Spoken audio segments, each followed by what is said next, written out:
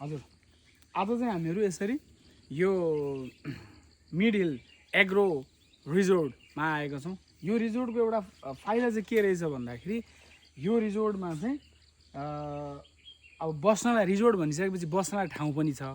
सँगसँगै चाहिँ यहाँनिर चाहिँ आफैले उहाँहरूले चाहिँ प्राकृतिक रूपमा अर्ग्यानिक रूपमा चाहिँ यसरी चाहिँ यो टनेल राखेर यो ग्रिन टनेल राखेर यसमा चाहिँ उहाँहरूले चाहिँ आफैले प्राकृतिक रूपमा चाहिँ विभिन्न सागसब्जीहरू विभिन्न तरकारीहरू चाहिँ उहाँहरूले उब्जाउनु हुँदो रहेछ।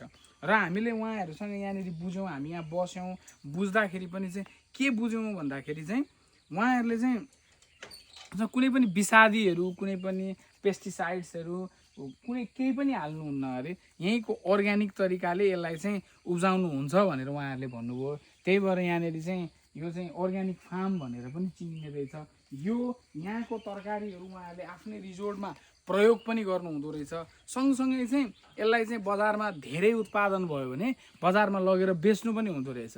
त्यही भएर सकेसम्म हामीहरू पनि यसरी अर्ग्यानिक चिजहरूलाई चाहिँ प्राथमिकतामा राखेर अर्ग्यानिक चिजहरूतिर चाहिँ हामी पनि अगाडि बढ्यौँ भने हाम्रा रोगहरू हामी पनि हिलिङ जर्नीमा चाहिँ अगाडितिर हिँड्न सक्छौँ। र त्यही भएर हामीले चाहिँ अर्ग्यानिक चिजहरूलाई चाहिँ प्राथमिकतामा राख्ने गरौँ। धन्यवाद।